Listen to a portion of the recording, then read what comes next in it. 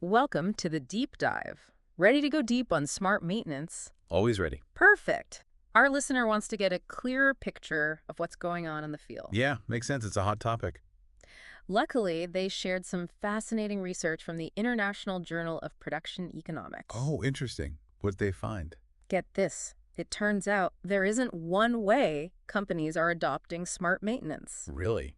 Nope, distinct patterns are emerging. Hmm. And, maybe a little surprisingly, just because a company is digitally savvy Right. doesn't mean they've mastered smart maintenance. Interesting. So we're going to figure out which approaches actually get results. That's exactly what we're diving into. Sounds good. Let's do it. All right, so this research really digs deep into how companies are actually using smart maintenance. Uh-huh.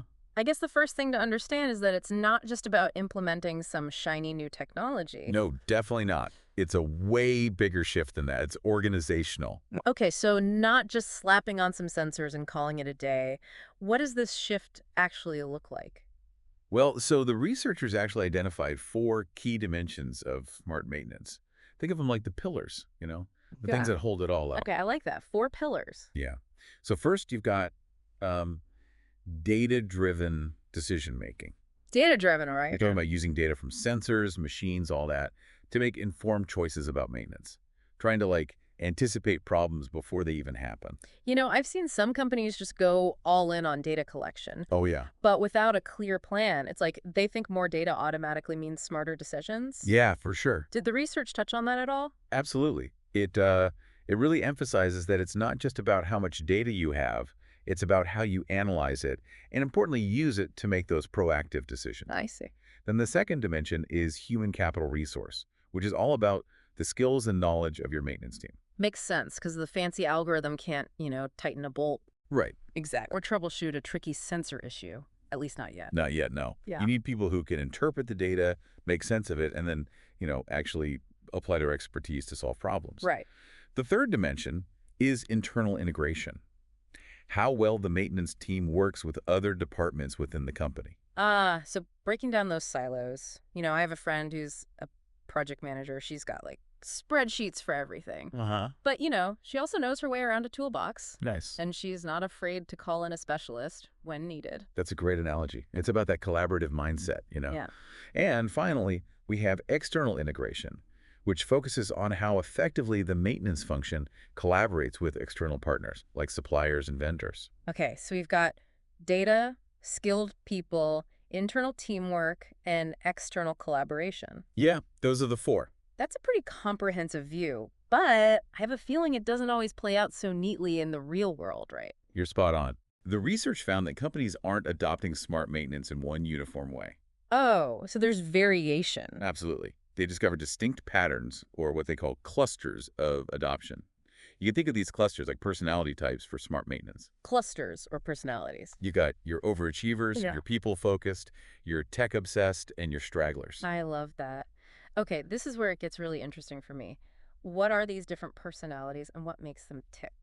Let's start with the rock stars, All right, hit me. the high uniform cluster. A uniform, okay. These companies are hitting it out of the park on all 4 dimensions. They've got the data, the skills, the internal teamwork, and the external collaboration all working in sync. Sounds impressive. They are. Yeah, but probably pretty rare, right? You're right. They're definitely the minority in this study. Okay. Then we have the medium human leaning cluster. They excel at internal and external collaboration and have a highly skilled workforce. But their data game might need some work. So they've got the people power and the teamwork, but maybe haven't fully embraced the data-driven side of things yet. Interesting. Yep, exactly. What about the tech-obsessed ones you mentioned? Ah, yes. Those would fall under the medium human lagging cluster. Medium human lagging, okay. They're quite good at integration, both internally and externally, but they may need to invest a bit more in developing the skills of their workforce. That's surprising. You think the human element would be crucial in any maintenance scenario? Yeah, it really is. Are they relying too much on technology, maybe? It appears so. They seem to be prioritizing data over human capital, which is an interesting insight from this research. And lastly, we have the low uniform cluster, our stragglers. Low uniform, the stragglers. These companies are lagging behind on all 4 dimensions. Smart maintenance isn't really on the radar yet. So we've got our overachievers, our people-focused, our tech-obsessed, and our stragglers. Now I'm really curious, which personality type is the most common out there? And even more importantly, which one is actually seeing the best results? Those are the key questions, aren't they? But before we dive into that, there's a misconception that this research really helps clear up. Okay, I like where this is going. What is it? Just because a company has invested heavily in digital technology, Mm-hmm. it doesn't automatically mean they've cracked the code of smart maintenance. Hold on, you're telling me that a company can have all the latest gadgets and gizmos, Hmm. but still not be using them effectively for maintenance? Exactly. It's not just about having the tools, it's about how you use them and the overall organizational structure that supports those tools. Wow, that's a light bulb moment for me. It's not enough to just buy the tech. You need the skills, the teamwork, the whole package to really make it work. That's exactly right. And that brings us back to your question about which cluster is most successful. The research digs into how these different personalities perform, looking at things like reduced downtime, fewer breakdowns, and overall productivity. Okay, so let's talk results. Which approach is actually delivering? Well, the findings are quite compelling. The companies in the high uniform and medium human-leaning clusters consistently showed the best maintenance performance. So the rock stars and the people-focused groups are coming out on top. But why is that? They have the right combination of skilled people and a collaborative environment. This lets them leverage those skills effectively. Makes sense. Right. If you've got a team of experts who can easily share knowledge and work together seamlessly, Exactly. both internally and externally, you're bound to see fewer breakdowns and faster repairs. What about the other two clusters? How did they measure up? Well, that's where things get even more interesting. Okay, I'm on the edge of my seat. Tell me more. What about those tech-focused folks and the stragglers? Are they seeing any benefits at all? So here's a really important takeaway from the research. All four of those smart maintenance dimensions, the ones we talked about, they're all necessary. For good maintenance performance, I mean. You can't just be amazing at data analytics and ignore the skills of your workforce. So you're saying it's all about balance. You can't just pick and choose which dimensions to focus on and expect, like, stellar results. Exactly. It's like a recipe. You need all the right ingredients in the right proportions. You can't just throw in a ton of sugar and expect a delicious cake, right? Makes total sense. I guess those tech-focused companies might be missing out on the full potential of smart maintenance then if they're not, investing in their people. Yeah, it seems that way. And the stragglers, well, they've got a lot of catching up to do if they want to really benefit from smart maintenance. Now, better maintenance performance was consistently linked to those top clusters, high uniform, medium human leaning. But the research found that the relationship between smart maintenance and overall productivity wasn't so straightforward. Interesting. So while a smart maintenance approach seems to lead to like reliably better maintenance outcomes, fewer breakdowns, faster repairs, that sort of thing, its impact on overall productivity might be a bit more complex. Yeah, precisely. There are likely other factors involved, other factors at play when it comes to productivity. But the initial findings are still promising, definitely. More research is needed, though, to really fully understand the interplay between smart maintenance and productivity. For sure. So for our listener who's maybe, eager to implement smart maintenance in their own manufacturing plant, Yeah. what's the biggest takeaway from all of this? I'd say the key takeaway is that smart maintenance isn't a quick fix. It's not something you can achieve overnight by simply buying some new software. It requires a much more comprehensive approach, a real investment in technology in your people and in your organizational processes. It's about like looking at the whole picture, Yeah. right? Not just focusing on one shiny piece of the puzzle. Exactly. And it's about tailoring your approach to your specific company, to your specific situation. Because what works for one manufacturing plant might not work for another. You need to kind of assess your current state, Yeah. figure out your strengths, your weaknesses, and then develop a strategy that addresses all four dimensions of smart maintenance. It's like a custom tailored suit, right? Yeah. You need it to fit just right to get the full benefit. This has been a truly eye-opening deep dive. It has. We've learned that smart maintenance is about so much more than just fancy tech. So much more. It's a whole new way of thinking about maintenance and its role in, achieving operational excellence. And as companies continue to, try to navigate the always changing landscape of digital transformation, Oh, yeah. a really robust smart maintenance strategy is going to be absolutely crucial for staying competitive and, just being successful. Absolutely. But before we wrap up, I want to leave our listener with a final thought, something to really chew on. The researchers found a link between digitalization and more advanced smart maintenance patterns. Uh-huh. But here's the thing, it wasn't as strong of a link as they expected. That's a fascinating point. It makes you wonder, why is that? Why aren't companies seeing the full potential of digitalization when it comes to smart maintenance? What do you think is going on there? I'm curious. Yeah, I mean, it could be that companies are still struggling to figure out how to effectively use those technologies.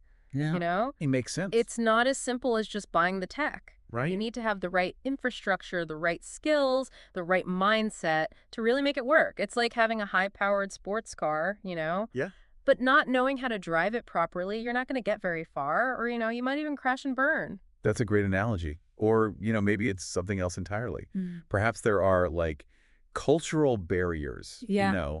within the organization Ah. that are hindering progress. That makes a lot of sense. Maybe the technology is there, but the organizational will isn't. Right. Or maybe the understanding of how to integrate it effectively just isn't quite there yet. What do you think, listener? What could be holding companies back from fully embracing smart maintenance? We'd love to hear your thoughts.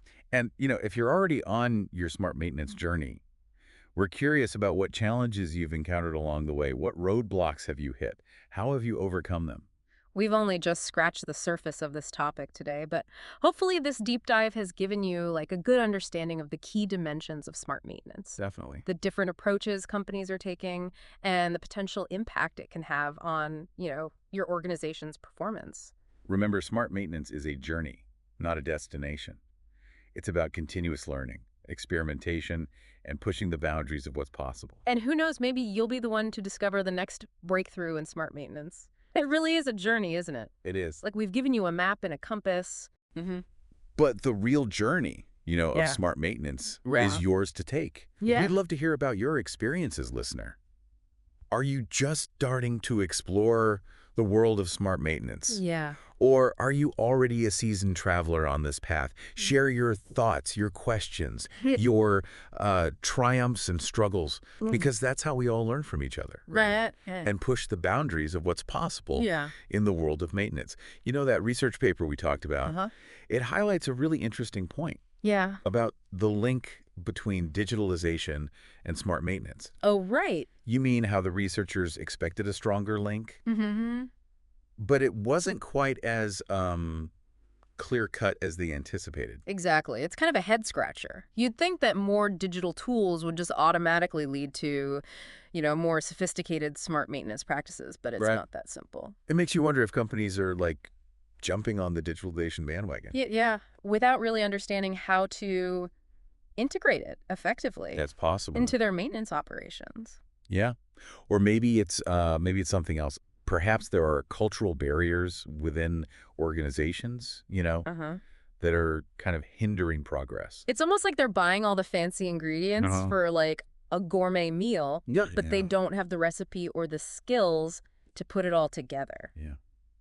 Maybe the missing ingredient is a culture of continuous improvement, Ah. where employees are kind of empowered to experiment, Yeah. learn and adapt new technologies and processes. That's a great point. It's not just about the tech, it's about the people and the environment you create, right? Exactly.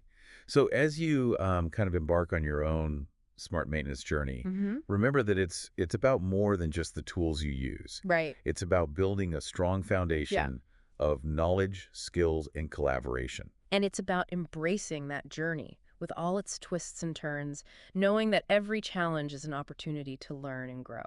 And who knows, maybe your organization will be the one that uncovers the next breakthrough, Yeah. that transforms the world of smart maintenance. Thanks for joining us on the deep dive. We hope this exploration has sparked your curiosity and given you some valuable insights to apply in your own world. Yeah. Remember, smart maintenance is a journey, and the most exciting discoveries often lie just beyond the horizon. Until next time, keep exploring, keep learning, and keep pushing the boundaries of what's possible.